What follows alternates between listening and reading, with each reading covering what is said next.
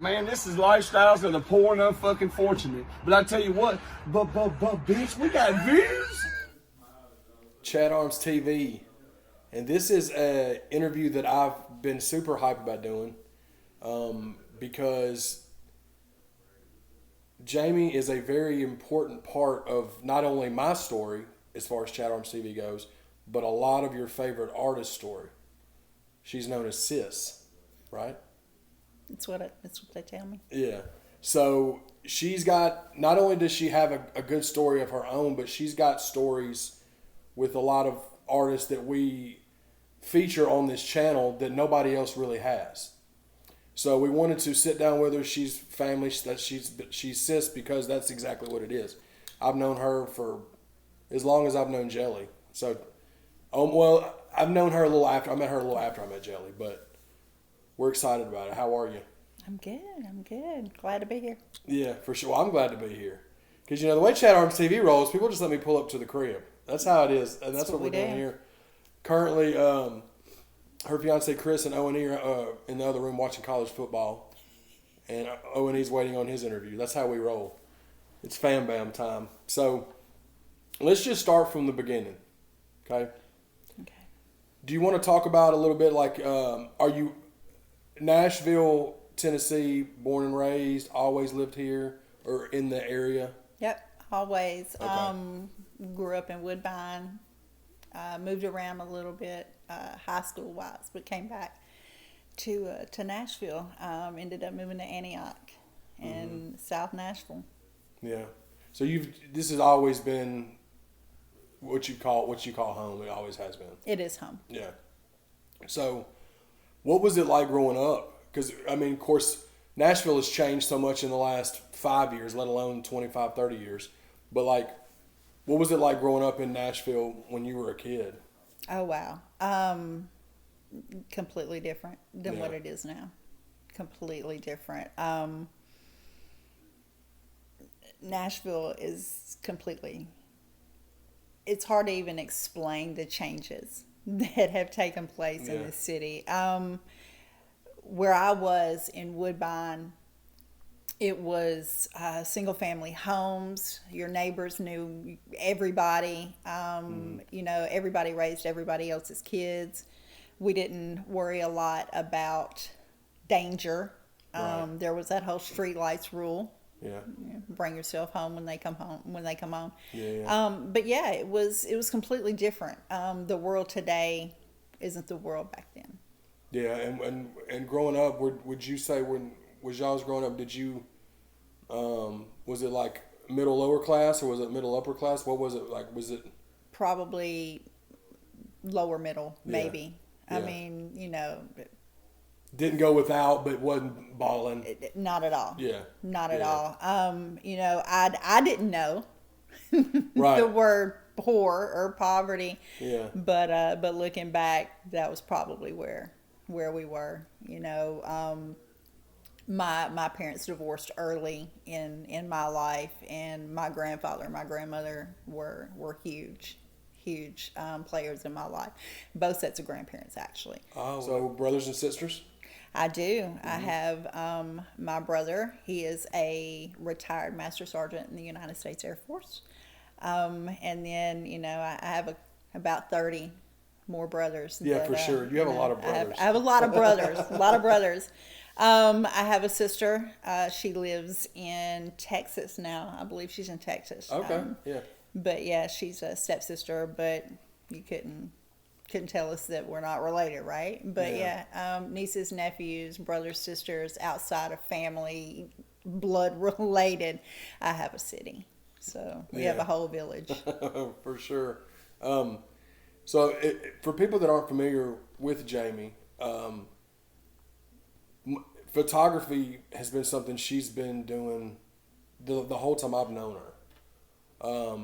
It was money shot photography. Yeah. Now you got JLJ Images. As far as photography and stuff like that, was that something that you liked doing at a young age, or was it something you got into as you got older and you just kind of picked it up and was like, well, let me see if this is something I like, kind of thing? Great question. I actually took photography in high school. They offered a course, and where I lived, it was actually, I was living in Fairview. So there was the course that I was taking, they wanted you to take photos of what was around you. There was nothing around me but the horses next door. So I took a lot of pictures of a lot of horses, but it became, it's a passion over time. But yeah, it started with taking just pictures of whatever, my kids, just family, whatever it was. I didn't know I was talented. Had no idea. Didn't even know what talent was. And then I was asked to do a photo shoot for Change Music with David Jelly for their, the Christian rap group. And I was like, oh, okay. So we did it. We did that one. Come back in, great shoot. We had a blast. We shot it at the old Antioch High School. We came back in. We're looking at the pictures, and a lot of people ask me, where did the name Money Shot come from? Mm-hmm. We were looking at the pictures, and we're standing at the stove. For whatever reason, I don't know why that memory stands out, but Jelly hollers, that's the money shot. Mm-hmm. And it took on a life of its own. Do you see what I'm saying when it's 6 degrees of separation at ChadArmesTV?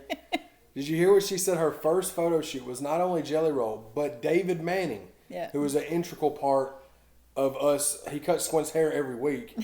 He talks to me on the, you know what I mean? So like, and this time, this was like what, 2009? Yeah. Okay. So we'll backtrack a little bit. As far as Jelly goes, do you want to speak about, was he the first of like, I don't want to say Nashville artists, but like, was he the first of those that you met back in the day? How did you even meet? Was it from? Oh, wow. Mine and Jelly's relationship was not even built on music. That came later. My late husband and his brother-in-law at the time were best friends. So Jelly was like a 13-year-old kid. I'm going to be a rapper when I grow up. And we're like, yeah, okay. And, well, I mean, here we are. But now he's the biggest artist in the world. Okay, 13-year-old. Yeah, Jelly. so it was not even about music. It was just about growing up and family and, watching him grow up and, get in trouble. We all know Jelly got in trouble.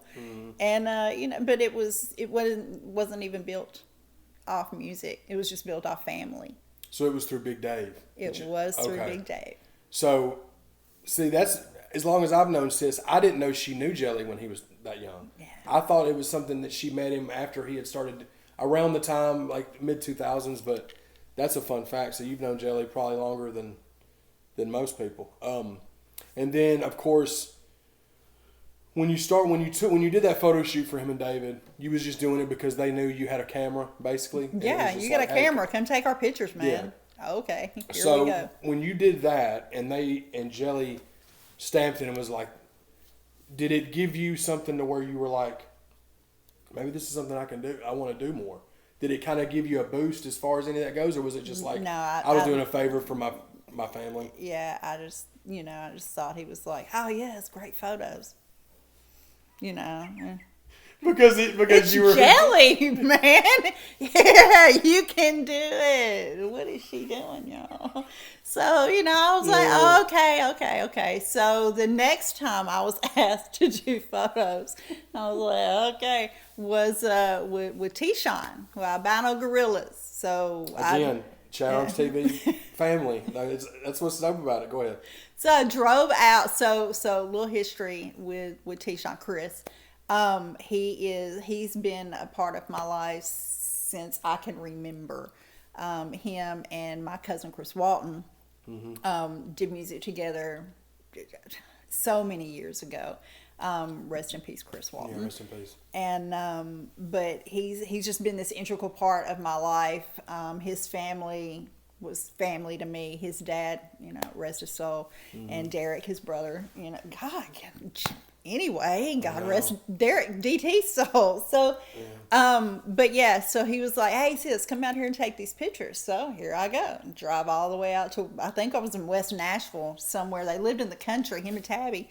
And so we did photos out there, and they came out great. And yet again, you know, oh, these are great. And I'm still thinking, yeah, these people really like me. And you still weren't sold on not that at you all. were good at it. You thought it was just your friends. Yeah, because we encourage our friends, no matter how much they suck. And we shouldn't do that, but we do. And, you know, and I mean, hello. But still, it was, I think you're, you know, okay, well, maybe I've got a good eye, but I might still suck. Right. And so I gave them the photos. They were great photos. I'm not really sure what happened to those photos, but and it wasn't even show photo. It was just pictures of them. Yeah, it was just them. Yeah, gotcha. My first show was September 11th of 2009 at the Rutledge. That's the first. Which had to have been whenever I yeah. That's when because so another fun fact about Sis is that if you see any pictures of me from 2009 until 2012, there's a good chance that she took them. Yep. Not just at the Rutledge. If you go back on the ChadArmesTV archives and you watch the Knoxville invasion, it's me and Sis and Jelly going to the hotel. Yeah, which we can tell that story here in a minute. But with a drive-through. The one and only hotel I've ever seen with a drive-through window. That was pretty sketchy. Yeah, for sure. Yeah. So the Rutledge, let's talk about that, because when you speak about me, especially with me, like the Rutledge was such a... It's pivotal. Yeah, for sure. And same with you. You were just as big of a part of that, because without you there taking the pictures, people wouldn't have seen it was kind of like the archiving. Yeah, for sure. Just like we were doing with the video. But you were... Yeah. I kick myself all the time that I didn't film more, because back then we just didn't know. Pictures were what everybody did. Yep. Video, it was like, well, I'll film if I remember, but it wasn't. We had Joe Rilla. For sure, Joe Rilla. Yeah, he came out and filmed everybody. Yeah. So I mean, think about cell phones back then too. Yeah, it was flip phone city. Yeah. Jelly had the touch screen, and we thought he was an alien. And we were like, well, what is that? True. How do you even use that? There's No, buttons. let's go back to the fact of we all had chirp phones. Yeah, for sure. Do not be a sister with all of your brothers having chirp phones and go on a date. You have to leave early. It was always tough for you in that scenario, I remember. Yeah, it was. Anybody that It was interesting. right, that would It was interesting. I went on a date. I went on a date one night, and we went to eat at Logan's out in Antioch. And great place to go, Antioch too. Right close to everybody too. hey, Just in case. Let's keep it ratchet. And Especially Logan's in Antioch. okay, nobody was killed in the making of that date. And so I'm sitting in the car with this guy, and all of a sudden my phone, it chirps. And there was something inside of me that was like, please, God, don't do this to me. Mm-hmm. And then Jelly proceeds to sing 100 bottles of beer on the wall the entire time. Knowing you were on a date. Knowing I was on a date. Yeah. And what was so crazy about the Nextel chirps? You couldn't like turn them off. No. They were like so much more invasive than FaceTime or any. Because now if somebody FaceTimes you, which I feel is aggressive, sometimes, you know what I mean? Aggressive. Depending on who it is, you can just be like, well, I won't answer it. You couldn't just not do the chirp. It was going to come through. No, and if I ever cut my phone off, they're pulling up. Yeah. Like, what are you doing? What are you doing? Like, I didn't pay my bill once. And I was, I was poor. Hell, I was sitting on the front porch and Struggle pulls up in the yard. Like, what is wrong with you? Yeah. Nothing. It was like, I've tried to call you all day and your phone is off. What is going on? I'm like, it's just off, and it can get in the car. Yeah. We go pay my phone bill. Like, shout out Strug. Right. Yeah. But he pulled up. Like, what are you doing? Thinking something was wrong. That's real though. Yeah, and that's just who they were, you know. So it was a lot. It was a lot. Jelly with the the singing on. I had to leave. And I don't think I ever taught this guy again. But I mean, so who people saying Jelly would? didn't sing back in the day. Hey, Hey, I have proof. But no, we would ride around, and he would sing nothing but country music. Back like years ago, people were like, "He can't sing." Okay, but we knew back then, and it was like, "Why don't you sing?" He's like, "Cause I can't sing." I'm like, you kind of can, you know, but we were making gangster rap music, so it didn't go together at that time. which he was, destroying that as well. No, absolutely. So the Rutledge, you did the first show at the Rutledge. Do you remember September 11th, 2009? Do you happen to remember who was what kind of? Wow! It was one of them 100 showcases, probably. Well, it was the Albino Gorillas put the show on. It was their show. It was, I think, a 9/11 tribute thing. Yeah. And I met Saint and Capo that night. Shout out to Lafa. Yeah. And MBO. Oh yeah! Shout out Blitz. Oh, Shout out 28. Yeah. Blitz 28. Yeah. Summer. Yeah. But yeah, MBO was a huge force back then. For sure. I remember like those with MBO, with Black Catfish. They were there, I think, that Soul night. Crew, Like, there were T-Shot so many and them. people. There was Absolutely. So many acts back then. And speaking of Saint and Capo, didn't you go to one of the time? Didn't we go to Michigan all as a group? I didn't go to Michigan. You didn't? Okay. I couldn't remember if you did or not. I went one time and then they went another time. But so the Rutledge, that was your first show. And then after that one, was it a thing where you just kept Coming back. You just kept coming back to the Kept coming back. Yeah. Because that was back when we were doing showcases, and even ones that we weren't on, they were doing hip hop showcases Every weekly. weekend. It's something that Saint and all them and T-Shon and all them maybe worked out with Andy or whoever, because that was the spot. Much to the chagrin of Andy, I think, looking back, I don't think they cared about rap. They hated I think they hated it. rap. But I get why. You know what I mean?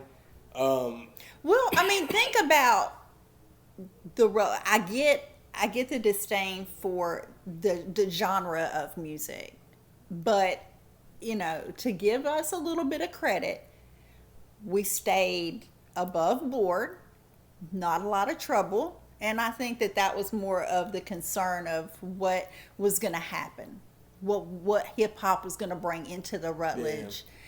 And to my knowledge, it only happened once. There were a couple of other instances where it got close, but there was only one time. The 100 times I was there, doing shows or not, there was only one, and it was the Jelly show. I can't remember which one it was. It wasn't. Oh, it was your birthday bash. Of course, it was your birthday bash. Yeah. Was it when you played Molly? No, it was Fuck What They're Talking About. Oh, that's what Shadow and E. He's in the group, actually. Yeah, the middle finger started going up, and one who's chilling on the back porch over here. Anyway, I'm sure there's a video that you can YouTube, Google, whatever it is that you need to do. It's out there. Yeah. Shout out to Joe Rilla. Shout out Joe Rilla for sure. But the Rutledge was integral in where we were. Yeah, and you were really starting to build the Money Shot Photography brand back then, because we worked closely with you almost from jump, I feel like. And then you were working closely with the Rutledge in general, like as far as all that stuff. And then you kind of fast forward a few months when the Urban Music Challenge happened. You were an integral part in that, as far as you did all the photography for that, like for the weigh-ins, and I didn't even know what an Urban Music Challenge was. Yeah, had no idea, and I had talked to Saint, and he was like, "Why don't you come out and shoot?" And I was like, "Oh, okay, here we go." And I came out, and the love for Nashville music, with every show that I went to at the Rutledge, it grew and grew and grew. So many talented people that, looking back, like this whole city. The whole city came out for the Urban Music Challenge. That night it was who was it? Infinity? KO. Infinity. They were playing. They got the radio show popping off. I know. I'm so proud of her, man. And but yeah, it was Infinity was there that night. Who else? Did you come to the first one where we was the Arch Rivals? That was before. That was before me. When we went up against Action, and then after that one, I did one by myself and lost in the first round. I want to say to Trey, not to Trey E. Maybe it was Trey E. But yeah, that spawned so many different, relationships were built off for sure. of that, and it's just it's a staple in Nashville hip hop history for the Urban Music Challenge. No, for sure, and there's so many dope photos that you took from all those. Yeah. Especially the one, just referring back to like the one that I won in February of 2010. You were a big part of that because we were close then, but I had done it once as a group, and then I did it a couple of times previous and just couldn't get over the hump for whatever reason. Maybe it was just the way the songs I picked or whatever, and that night it just happened to work out. And I remember what's crazy is 2010 when we went to the Knoxville. Oh, Chatty Bobby. Yeah, one of the reasons we went to Knoxville. Yep. Was because we met. The collab with them. Absolutely. And then I had a show. The gentleman passed away that booked me at that show in Knoxville, but it was Dirty Boy D's homeboy that booked us. You know what I'm talking about? Yeah. But we did a show there. That's what that video was. Yep. But we got that through the UMC. But I was kind of going back and forth with them. Mm-hmm. Not so much them, but shout out to my boy Cap. I remember Chris. Oh, yes. Me and him were kind of having like a friendly shit talking. Yeah. But it turned out to be, obviously it was just competition. But that was great, man. And then we can talk about the Knoxville trip. We can. So after the UMC, it wasn't long, a couple weeks after that, we went to Knoxville because I had that show. And I don't remember how Jelly had linked up with us. He had something going on because he didn't have a show then. He was linking up with, maybe it was Murph or somebody. Yep. And I remember in the video, I'm so enamored by Jelly's phone because it has navigation on it. I'm like, Jelly's phone's so dope. It's got navigation, tells you where to go. I'm like, oh my God. This was a lifetime ago. Because we were printing, if we were going anywhere, we were printing off the Google Maps sheet. And we'd absolutely. have to read. And then you came with us because, I mean, obviously just to shoot pictures, because you shot pictures for me. And then, I don't know where Jelly found the hotel or what. The friend worked there, managed it, or That's what it was. Was it Tater something? Shout out Tater Brummett. Yeah, okay, yeah. And he was like, oh yeah, no worries. Shout out Tater Brummett for booking us in the very first and only hotel that came with a drive-through window. We'll put the link to that in the description. It's like going to Crystal's at night when they lock the front door and you ordered you a queen double. And you can only go. That's how you know it's in a good area. And I'm sure, obviously, it wasn't Tater. I mean, Tater, that's probably all that they had in that area. You know, But it was, that was interesting. And then we had the studio session there. Yep. We did the show. That's where the belly slap originated. It's that school thing where I do it and it scares you so bad you jump. And then I kept doing it because I knew it scared you. And that's where the belly slap originated. It was in Knoxville. And then me and Summer made it famous. Yeah, for sure. I mean, there's that. And then it just became a thing that I would do. But it did. Those were fun times. But moving along, like keeping it going with your photography. The more that you were doing this stuff in like the UMCs and things like that, you started doing. Was you doing Photoshop or photography packages? No. You were just okay. No. But you were doing photo shoots for artists though. I did some photo shoots for artists. I would do the weigh-in for the UMC. I would do some photo shoots, but I didn't really know what I was doing. I was like, hey, you want to take some pictures? I got a camera. Let's go. You Yeah. know, that sounded super creepy. Let's go. It's not how that went down, ladies and gentlemen. That was before you could get canceled too. So it kinda, Yeah. Anyway, bad. But yeah, photo packages were just not a thing for me. My first real paying photo shoot was DJ Whitey had me do a photo shoot for Boom and Cruna. oh wow! Shout out DJ Whitey. But yeah, it was Boom and Cruna that came through. We were at DJ Whitey's house in Hendersonville, and I went up there, and it was probably the longest day, and it was great. Yeah. And it was great. I still have. We took a picture at the end of it, and I was like, God. I looked back on it not too long ago, like, wow, that was a long time ago. But yeah, that was my first paying job. That's cool. That's cool. I didn't know that.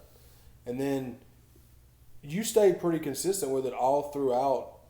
I mean, you kept going because you were doing. Were you doing anything else other than just the hip hop stuff? Was you venturing out and doing other photos or nothing? You was just Nope. It was all just what we were doing. Yeah. All of what we were doing. And then how long did you go to where until you took where you kind of took a break from it? Probably right after the infamous birthday bash. I kind of was bouncing around a little bit, not real steady on my feet. It was a rough time in my life. A lot was going on, and just had to kind of back off from it a little bit. Yeah.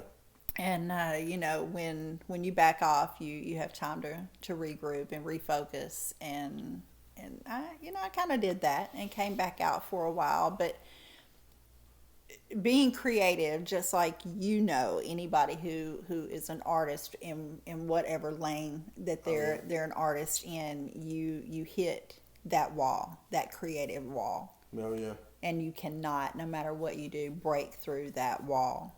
And sometimes you just have to keep butting your head up against that wall until, either you have a concussion or you break through. And eventually, it broke through. And I decided to take my art in almost a different direction. And it became a lot of just outside landscape, nature, and that's where I kind of am now. But getting back into the music business, getting back into creating my own lane. Yeah. And, just like what you've done, you came back in a completely different capacity. Kudos to you, man. Good job. I'm proud of you. I appreciate it. Yeah, it kind of just happened. This channel had been dormant for years, and I got laid off from my job at Best Buy. And a week after I got laid off from my job at Best Buy, Worm texted me and had just gotten out. Yeah. And said, hey, me and Lex wanted to see if you want to get the band back together and shoot some content. Man. And I was like, well, I ain't got nothing but time. R.I.P. Worm. R.I.P. Wizzle. And that's just kind of how that happened.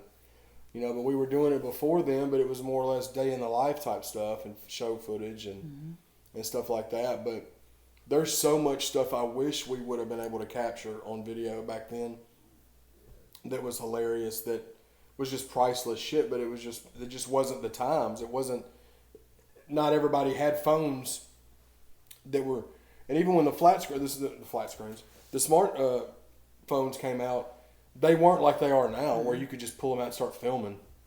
Not at all. Like crazy, Not at all. But think about where we were to where we are now, right? So let's go back to so let's talk about the difference in then and now. Back then, we were in the moment. Yeah. We were Life was lived present and Absolutely. in the moment. And, you stood in front of the stage at the Rutledge and you were in the music with whoever was on that stage. And now people are worried about whether or not their phone's in focus. Yeah. They're not worried about who's on the stage, the music that is going on. They're worried They're about... worried about if they can get a story Right. of them there. And yeah. Your memory is, I dropped my phone 3 times. Not, what was it? Watermelon paint was on stage. Like it just, we were in the moment. We That's true. lived it, and we were able to create those memories. Although a lot of them weren't captured on film or as a photo, we have those memories. Yeah. And a lot of people just do not get that now. No, that's a very good point. I never thought of it like that, but that's exactly how it was, because back then, even for example, the stuff that we did capture, like with the Jelly freestyle, for example. Oh, right? yeah. That stuff, there was literally 30, 40 minutes of that before I even turned the camera on, because my battery was almost dead. Because I was been filming other day in the life stuff of Bobby Hooks or whoever it was that day, and the camera died while he was still rapping. So that was back when YouTube, you can only do 10-minute videos. Yeah. But he just using that as an example, because that's the most popular thing from ChadArmesTV. Mm-hmm.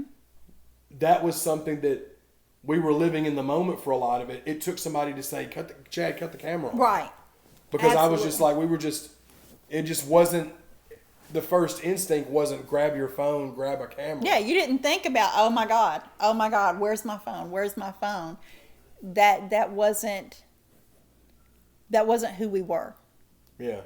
And it just wasn't the way the world was. It wasn't at all. It wasn't, you wasn't a slave to your phone back then. Mm-hmm. It was just, things were, it was crazy. But it's a good way to look at it like that, because that's exactly how it was.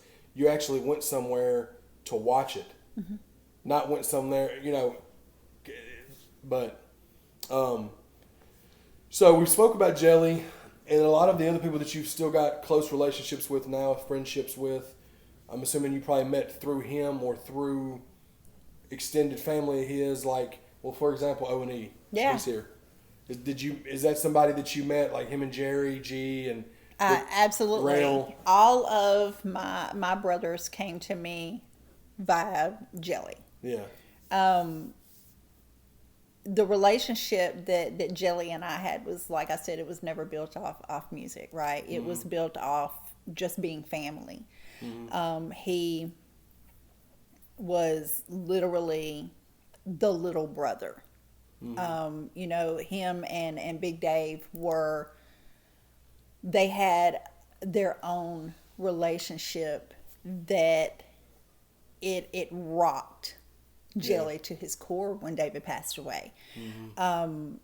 I didn't know what I was going to do, first of all, but he was literally the first one that texted me and said, "I'm on my way, sis, I got you." And that was July 2009. Yeah. And everything since then has stemmed from there. From that moment. Yeah, from that moment. Yeah. And, everybody else that I got from that moment was just a bonus. It was, my relationship with Jelly and Strug, it was before anything. There's a picture that it floats around on the internet every now and then, and it was of my son Nathan's 13th birthday. Yeah. And that day was hilarious, first of all. But I invited them to come out because they were rappers, and they came out. And Nathan just wanted his uncles there. That was it. So they came out. They played ball. I think they even had the ice cream man pull up, and with actual ice cream. Right. And it is Antioch. Well, I mean, Jelly did have an ice cream truck at one time. Well, moving on. Yeah. But yeah, so they came out, they shot ball. They had a freestyle battle with the kids at the party, right? And the one young man that was going toe to toe with Jelly, Avery, R.I.P. Slugger, he was going with him, and they were so impressed with him, right? So impressed with him, and I had no idea how talented this kid really was. And that was like Nate's brother. Like they had this incredible relationship, and but it was built off of just being family. That's it. And but the bonus. It's like getting bonus brothers that Yeah. we built an entire family from the ground up. And with these people, that is not an easy feat. They come from every walk of life, every background. Just everything is so different, but so much the same. They're good people too. Yeah, and then you throw me right in the middle, and people, the looks that we get. Is she okay? But yeah, that's my brothers. I wouldn't trade them for the world. And I met one. Crazy story on even how I met one. They had done "Welcome to the Trap House," my super favorite song. Yeah. And I didn't even know who one was. Yeah. So it was the night that we were doing the Fat Cap show. Okay. Yeah. And so I think it was Jelly and Struggle, Ritz, and Yella.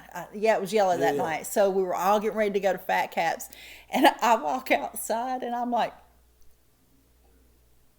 "Who are you?" And it was, I had no idea who one was. He's got these dreads. Oh yeah. He's 9 feet tall, and he's standing there at the edge of the porch, and he was like, "Up, Sid. You never met him. Who are you?" Yeah. "Hey, who are you?" And that's when I met him. I had no idea who he was. Oh, that's cool. We went out that night, had a great time. Fat Caps was incredible that night. But yeah, it's the first time I'd ever met him. That's cool. Heck yeah. He was a little intimidating. One's a big fella. Slightly. Well, he had all that hair. He had long dreads too back then. Yeah. But He was kind of scary. That was 2010 too.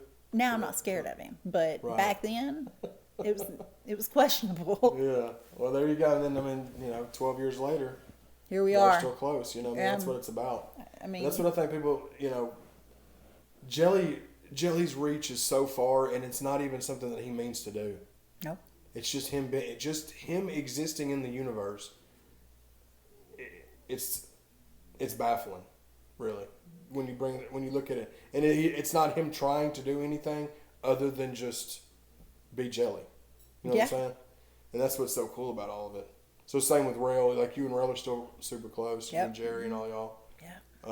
Which is dope because that's always been, the people that you see with Jelly now, like the Rails and Jerry's, were there just like Jerry said on the podcast, 10, 15 years ago.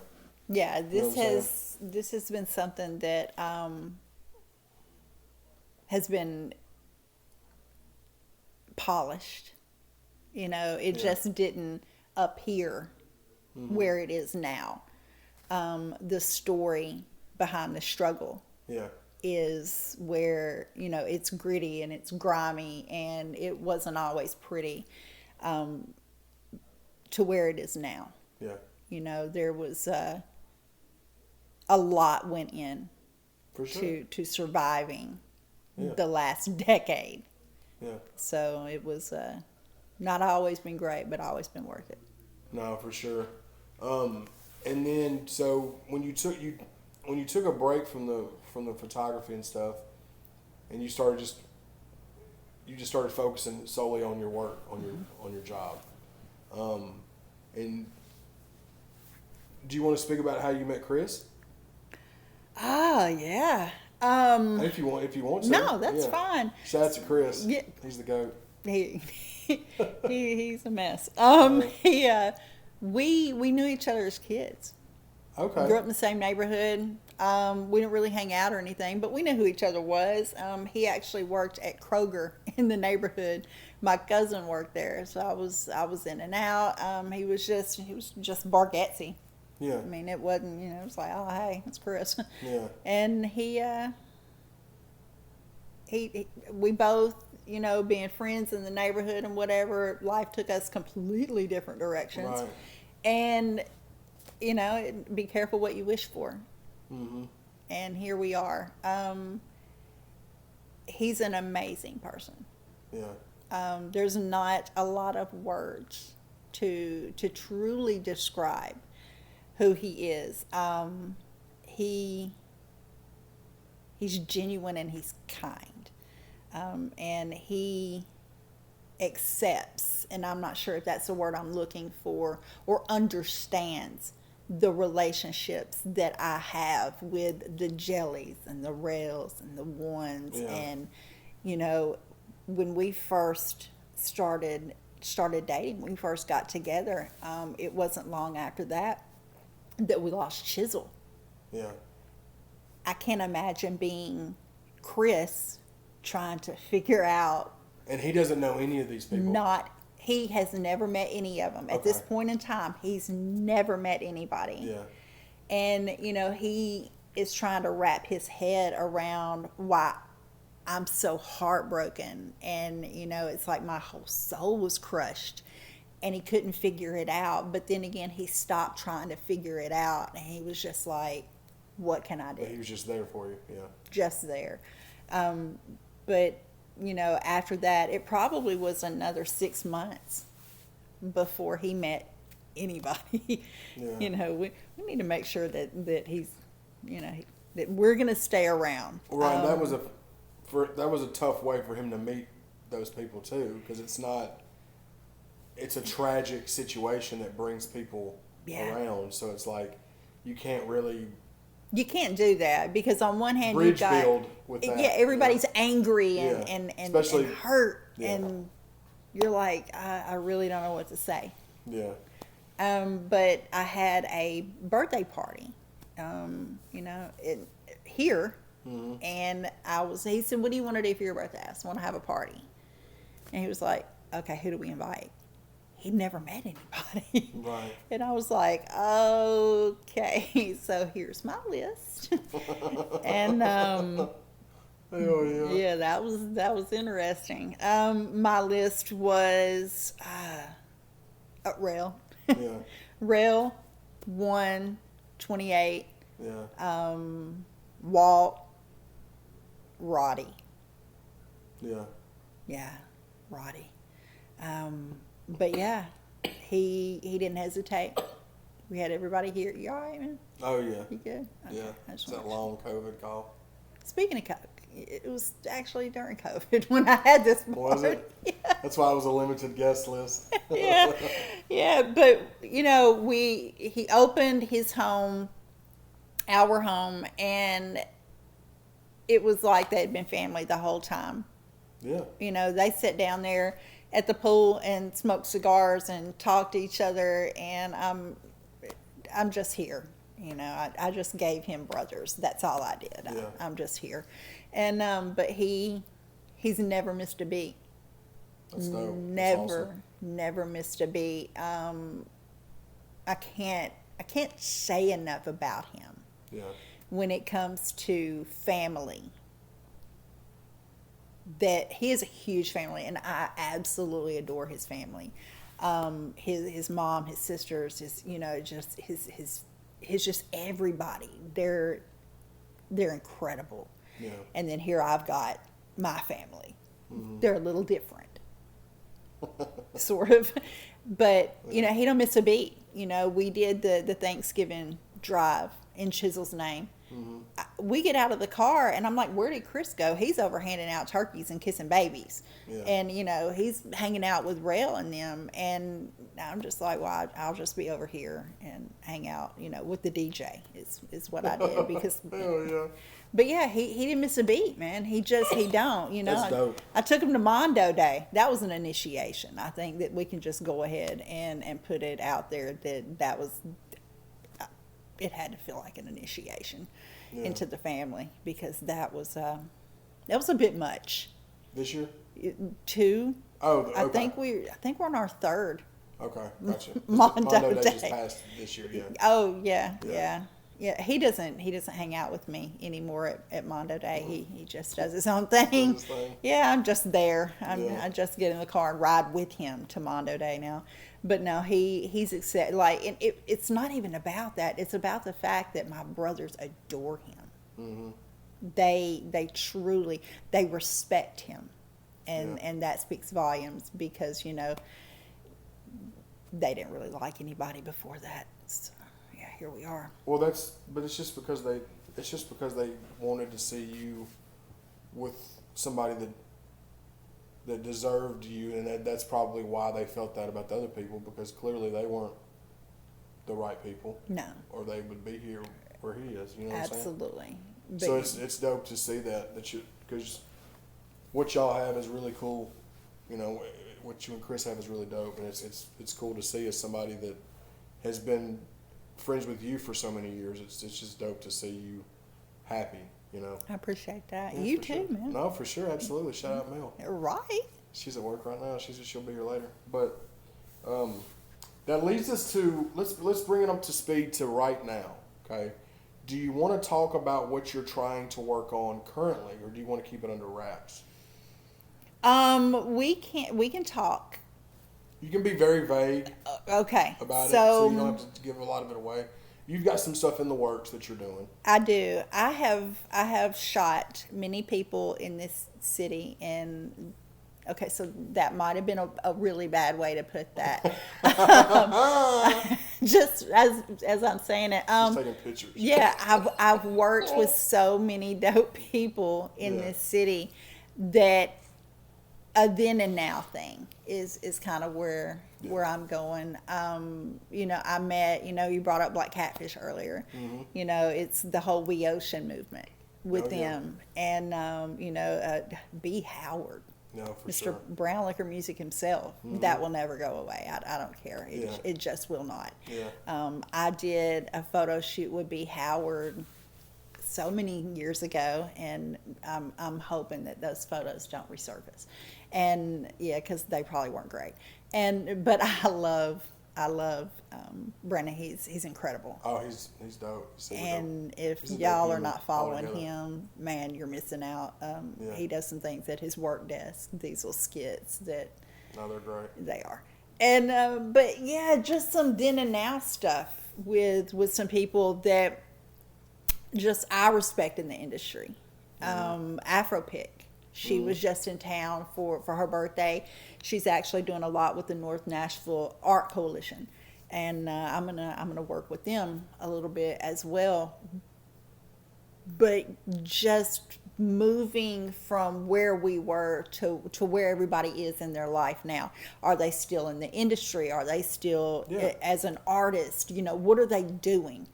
And it's gonna be pretty dope. It's gonna be cool pretty too. dope. I don't want you to give it too much away because I don't want people to take the idea. Yeah. But what she's doing is something that I haven't seen.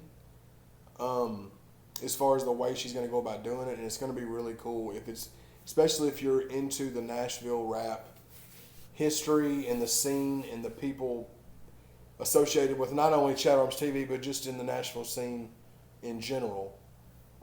It's going to be cool with what she's working on, and when she figures out how she wants to do it, I'm gonna help. We'll help you. As far as we I'm need to working help with you promoting too. it or, Yep. putting it out or whatever we need to do.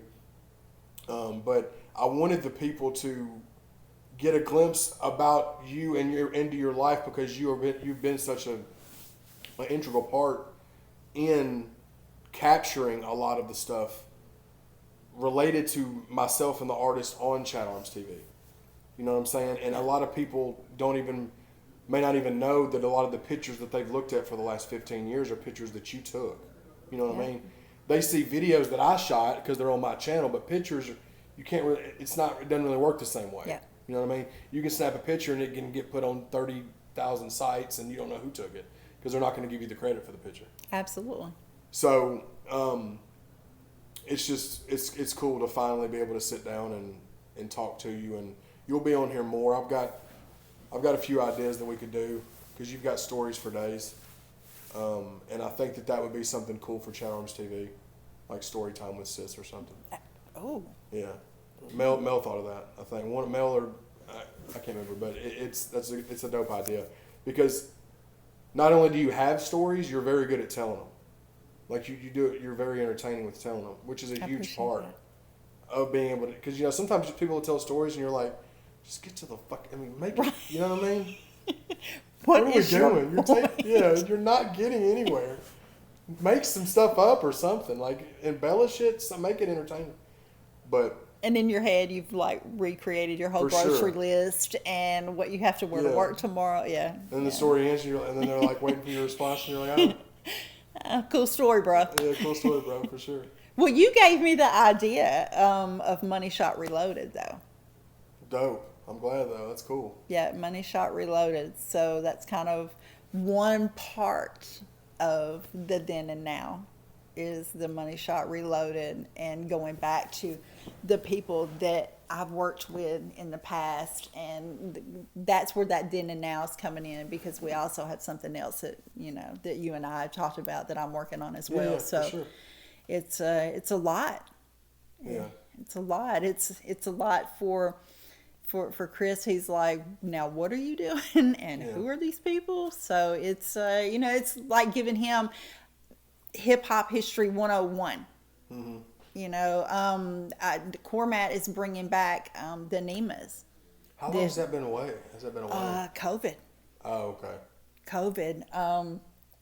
So I'm jumping in with that one, whatever he needs. I may holler at you to see about maybe seeing if he wants me to maybe try to do interviews with some of the artists for that. I can bring you with me. Okay. We'll do it. Yeah, we'll just do that. Shout out Cormat, shout out to Nemas. Absolutely. Fun fact about Anema. You want to tell them that real quick? The Nema Award that you may or may not have in this home? Is that a secret? No, Oh, okay. I stole them all openly. So This will be the story we leave them with. we're gonna end on this one, yeah. Jelly's not a big award show kind of person. Who'd have thunk it, right? Yeah. So for several years now, it was, hey Jelly, you're nominated for such and such, and he's like, okay, I can't make it. I'm booked. I'm this. I'm that. Sis will go. Yeah. So the Nemas, Jelly won 2 Nemas that night. So I have SEA awards. Oh, you have the SEAs too? Yeah. What did he win for SEA? I can't remember. I don't know. Did you have it? Hell yeah. So fun fact about us is we both won, what was it, the Hip Hop in the Ville Awards. Oh, Hip Hop in the Ville, We yeah. both won a Hip Hop in the Ville award on the same night. His was for something, and mine was for Photographer of the Year. Oh, dope. And hell yeah. we both won in the same night, but I have literally his awards upstairs in the bonus room, and it's SEA awards, Nemo awards, Hip Hop in the Ville awards, and yeah, I'm gonna hold on to those for a while. That's dope. I didn't know that he had SEA awards too. I knew that he, back in the day, he went to the SEAs to try to freestyle battle a little flip. Well, was an epic see how moment. that turned out. Yeah, that was an epic moment. Epic is a good word. Looking back, it's an epic moment because now it's word. like he just rocked the show with Shinedown in front of Oh my God. so many thousands. I'm so proud of him. Oh my God. I cannot fathom. Mm-hmm. I could not fathom. If you would have asked me sitting on my porch July of 2009, where we would be July of 2022. Not Here- even 15 years later. Here I is think. not where I thought. Right. And that's not just Jelly, not just me, not just one, not just you, but everybody. Yeah. Right? Jelly sat on my porch in July 2009, the day that Big Dave had passed away. And we were sitting there, and you got to think, eye of the tornado, right? That's kind of how I felt right then. So I've got 50 people in my yard, and I think that's where the 50 people standing out. Anyway, so I'm watching everybody kind of just, they're talking, they hadn't seen each other in a while, they might be laughing or whatever, and I'm sitting there, and I'm like, this can't be real. This can't be real. Yeah. And You're still in shock, of course. man, like my whole world had literally stopped. My clock had stopped. Because it was not. I mean, it was just. It was a abrupt thing. It wasn't Yeah, something, out of the blue. He wasn't sick or anything. Never, you didn't see it coming at all. And me and Jelly are sitting on the porch, and And I looked at him and he was like, don't do it. Don't do it. I was like, do what? He was like, don't ask it. Don't ask what? Don't ask why. You're never going to get your answer. You're going to spend the rest of your life chasing that answer, and you're never going to get it. Don't ask it. Okay. So that's what Jelly just has those. He just has that, Okay. that ability to do that. Yeah. So he was like, man, you know, we're talking later, and he was like, man, we gotta make this music thing pop. Yeah. Yeah, we got a choice. And I'm like, we? He was like, yeah, we. And he was like, I cannot take care of my sister and my nephews from a jail cell. I can't go back. Mm-hmm. We got to figure this out. He never went back. Never went back. He never went back. And life has taken us in different directions, and we've gone down different paths. But to watch the success, Mm-hmm. you know, it's like when we were at the Ryman, right? Mm-hmm. When we were at the Ryman, and you and Mel were in front of me, and Chris were sitting back here, and there's two people to my left, a young lady and her significant other, and I know they had to be like, this is the craziest stalker fan of Jelly Roll I've ever encountered, because I ugly cried the entire time, so they probably thought I was just insane. Right. And I get it, right? Yeah. But I couldn't. There was no way for me not to. There's no way to you could not realize the moment in the moment, you know. And I didn't know until later that Jerry had called me that day, and you know, and Jerry just calls for random reasons anyway. Yeah. And so I was at work, and he called, and I picked up. I was like, "Hey, Bubba," he said, "Sis, what's the number of the Brook Drive address?" I said 612. He said, all right, click. That was it. Okay, whatever. Oh. The significance of that, I would not know until later, right? So we're at the Ryman. It's the end of the show. Jelly's coming through the crowd. You know, there was a time Jelly couldn't come to the crowd like that. But anyway, he's coming through the crowd, and he gets around to the back of where we were, and, you know, I turn around, and I'm standing on the pew in the Ryman. I turn around, he grabs me, pulls me up, and he's got tears in his eyes, and I'm bawling, you know, like a psycho. And he was like, we did it, sis, we did it. And I was like, we did, you know? So that was so pivotal and such an incredibly emotional moment that later, when, you know, everybody has dispersed and you know, and we go into, because we left immediately behind him and walked out. Yeah, we were all together. And when we came around, and he hugged me, and he said, did you see it? And I was like, see what? He said, the house number. Like, what are you talking about? He said, we put it on the trailer on stage. So the house number for the backdrop was 612. And that was your old house. And it was the old house. So that house, you know, and you can ask anybody that was literally, and I choose these words carefully, inner circle. That house was a pivotal house. That was a monumental house for so many different people that we brought in and built our family around. I think our family built us is what happened. But that house, that house number being on that stage, that's never going to go away. Never going to go away. And everything came full circle. Yeah. Everything came full circle. He sat on the steps of that house, trailer, whatever it was. He sat on those steps that night and watched his daughter play to everybody in the Ryman at 13 years old. Like, there's so many different things that went on with that show that night, that life came full circle. For sure. That night. Hell yeah. That was a dope ass story. Yeah.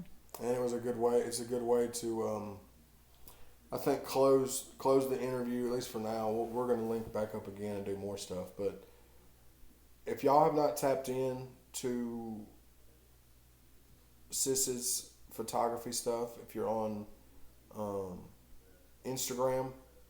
I'll put her Instagram there if you want to kind of go on there and look and see what she's doing. You're going to see more of her on ChadArmesTV, so stay tuned. Be sure to follow her on there, and we're going to keep things pushing for sure. Yeah, But I JLJ appreciate Images. JLJ Images for sure. Money Shot Reloaded. Money Shot Reloaded. Yeah. ChadArmesTV. Appreciate it, sis. Thank you.